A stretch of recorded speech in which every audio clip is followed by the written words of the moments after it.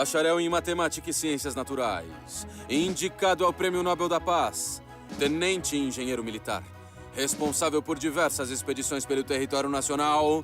Seu nome é Marechal Rondon.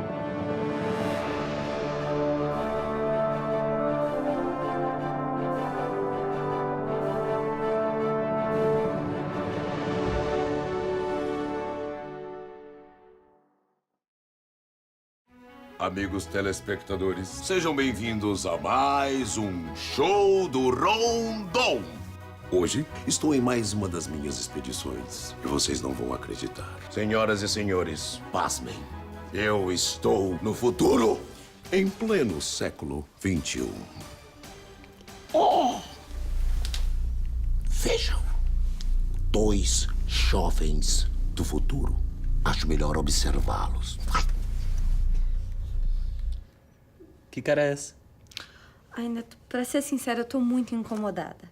O convidado de hoje me deixa dividida, porque por um lado, ele é do exército. Aí fica, progresso, progresso, progresso. Por outro lado, ele foi uma figura importante pra voltar as atenções do Brasil todo pra questão indígena. Aí o que eu faço com isso? Meu coração não aguenta. Aí vamos chamar ele logo. Vamos. Aí a gente vê qual que é a dele.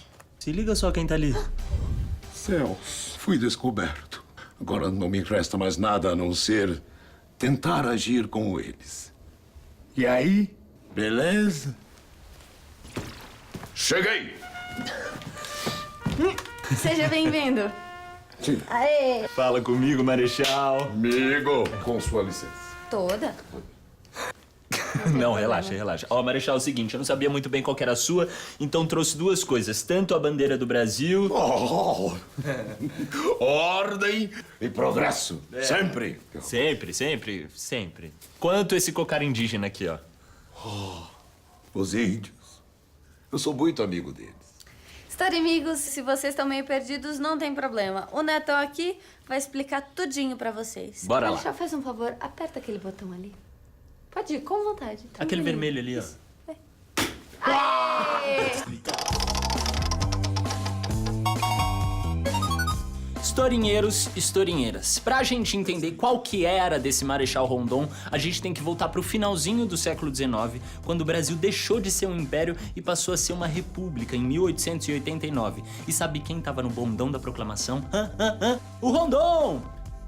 O nosso Marechal Rondon, no seu tempo de estudante da Escola Militar do Rio de Janeiro. Galera, nessa época, a ocupação desse Brasilzão de meu Deus era bem desigual. As áreas litorâneas eram mais urbanizadas, enquanto que as fronteiras nacionais e o sertão tinham poucas cidades e muitas vezes áreas desconhecidas pelo próprio governo.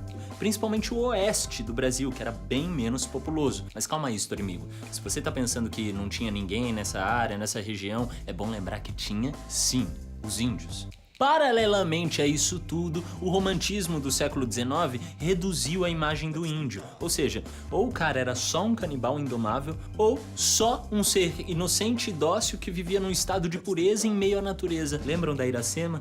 Então, se as etnias fossem consideradas dóceis, puras, o que elas recebiam? O progresso. Agora, se elas fossem consideradas tipo canibais indomáveis, aí, amigão, você já pode imaginar, né? Historimigos e historimigas. Importante da gente entender é que essa ideia de progresso é relativa. Essa ideia dos positivistas de uma sociedade altamente industrializada, capitalista e que visava o lucro acima de tudo. Quer trabalhar 10 horas por dia, gastar 5 horas no transporte público e receber uma miséria por isso? Vem pra cá que aqui tem ordem e progresso! Então, isso não faz o menor sentido pros indígenas. O nosso Marechal Rondon, galera, é um ótimo representante desse momento histórico. Ao mesmo tempo que ele era encarregado de interligar o Brasil e explorar o território, foi ele que fez o primeiro contato com diversas etnias indígenas. Então, Marechal, você foi o responsável oficial por realizar diversas expedições pelo Brasil todo. Confere. Deve ter sido o maior rolê. Sim. Foi uma brasa. Morou, brotos, do balacobaco. A máquina do tempo adverte. O Marechal Rondon usou sua viagem para se atualizar de todas as gírias dos últimos 100 anos.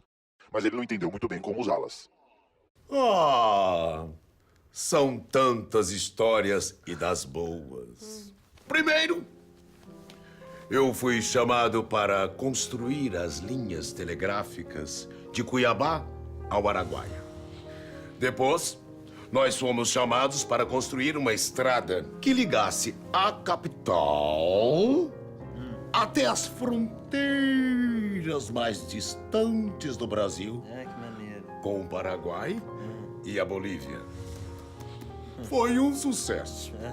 Arrasamos, modestamente, arrasamos. Então, já em 1907, aí sim, aí me chamaram para construir as linhas telegráficas do Mato Grosso até o Amazonas. Erguemos mais de 25 mil quilômetros de cabos. Ou seja, não quero me alongar, mas que são boas as minhas histórias, elas. Que falta de respeito é esta aqui, meus camaradas? Hein? Sentido? Descansar. Explica isso. Ai, desculpa, Ronron. Não é que as histórias estavam chatas, Não. nem que estavam longas demais. Não, longe É que eu disso. fiquei curiosa do que era esse lance de telégrafo. Eu não conhecia, eu fui pesquisar no celular. Eu também tava nessa busca aí. Não, mentira, eu tava stalkeando aquela gatinha que eu comentei com você, tá ligado? Que aparelhinho é este? É um celular. Mas é muito interessante. Bacana, né? Você pode clicar aqui na tela, fazer tudo, aparecer várias... Sensacional. Então, História Amigos, se vocês não sabem o que é um telégrafo, assim como eu não sabia, não tem problema. É esse aparelho na imagem aqui, ó. Imagina, assim, que no começo do século XX não tinha telefone, não tinha celular, nem internet. Então a comunicação, assim, era um bagulho difícil. Quando chegou o telégrafo, então, bombou, porque ele conseguia mandar mensagens de longas distâncias. E foi para permitir a comunicação entre as diversas regiões do Brasil que o Marechal Rondon viajou tanto. Conta mais, você tava falando das suas expedições, a gente quer saber. Sim. Expedições para quê? Para levar o progresso, a civilização, a cultura para todos os cantos deste nosso enorme território nacional. A gente leu também que você tinha uma relação antiga com os índios, né? Com os índios? Sim, claro. Aliás, eu tenho muito a falar sobre os índios. Um momento, câmera em mim, por favor. Os índios... Não, peraí. Ô, Marechal, eu tive uma ideia melhor. E se você falasse pra mim a câmera aqui, ó? Olá, seguidores. Hoje eu vou contar para vocês tudo sobre a minha relação com os índios. Eu mesmo tenho ascendência indígena das etnias Bororo e Terena, lá do Mato Grosso. Assim, os índios são parte de quem eu sou e eu tenho por eles um enorme respeito. Nas minhas inúmeras viagens pelo Brasil Central e Amazônia, fiz contato com várias etnias. Os Pareci, por exemplo, nos tornamos muito próximos. Eles me ajudaram a erguer várias linhas telegráficas. Tipo amigo mesmo. Amigos de verdade, bebê. BFFs. Tá ligado? Por causa de uma lenda lá deles, os Pareci acharam que eu era tipo um herói mítico. Mas qual nada. Eles estavam em meio a um caos político quando os homens brancos estavam invadindo a terra indígena e destruindo tudo. Eu apenas mediei este conflito. Nenhum explorador tem o direito de matar um índio. Morrer, se preciso for. Matar, jamais. E, Randon, eu tô ligado também que em 1910, como resultado de seus feitos, foi criado o Serviço de Proteção ao Índio. Sim, uma iniciativa essencial para pensar a sobrevivência do povo indígena. Olha, eu acho muito legal essa coisa de aproximar o poder público da questão indígena. Bacana. Mas polemizando um tanto, você não acha que levar essa coisa de progresso aos indígenas é controverso? Ora. Mas eu sempre fui um admirador do progresso. Inclusive, do progresso humano. A ideia era fazer do índio um índio melhor. Entendeu? Melhor. Mas é que não é bem assim, Ronron, sinceramente. Na verdade, não é nada assim. Quando você diz que quer levar o progresso aos indígenas, significa que você quer civilizá-lo à maneira dos brancos. Que um índio melhor seria um índio mais branco. E com isso, você diz que a cultura indígena é inferior à dos brancos. E aí, meu parça? Espera aí, tem uma pessoa que gostaria de comentar sobre a questão indígena no Brasil. Eu? Hã? Não. A Você vai minha ver. prima.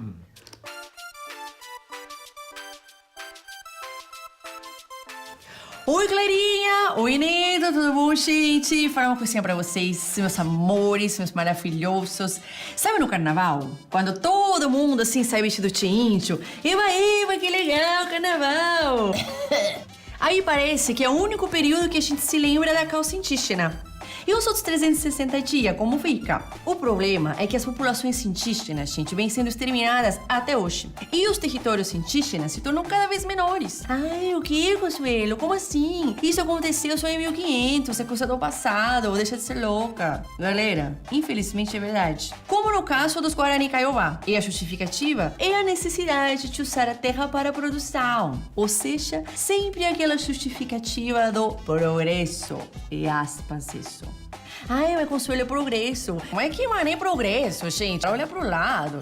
Esse é progresso que tá poluindo, tá aquecendo o planeta inteiro, que vai gerar catástrofes humanitárias. Catástrofe. Com proporções jamais vistas. Difícil falar proporções. Se isso é progresso, queridos historimigos, eu prefiro viver como os índios. Em harmonia com a natureza, em sintonia com as estrelas. Ciranda, banho de lua. Isso é progresso. Quando a gente fala do lado B da nossa história, a gente sempre tá falando dos índios, que estavam aqui antes da gente chegar.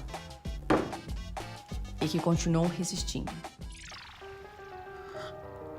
Quer dizer, então, que no século XXI, os índios continuarão a ser exterminados?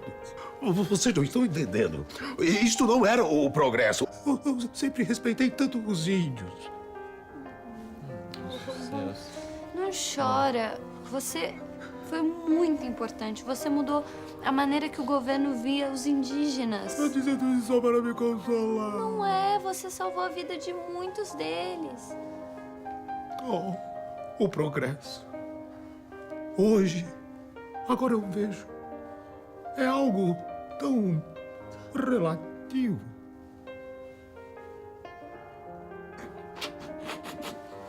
Não é? Vocês sabem o que eu vou fazer agora? O quê? Eu vou voltar para 1914. Eu vou botar a boca no trombone. Eu vou falar pra geral. Vamos reagir! O que é que tá acontecendo aqui? Valeu, mana. Imagina! Valeu, bro. É nóis, Rondonzão! Amigos. É nóis! É nóis! Você tá fazendo parada aí, meu rapaz? Vamos! Sentido! Vamos voltar para o nosso tempo e contar para todos o que nós vimos aqui hoje.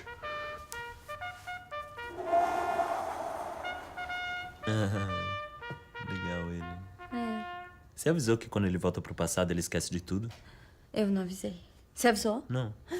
Ah, coitado.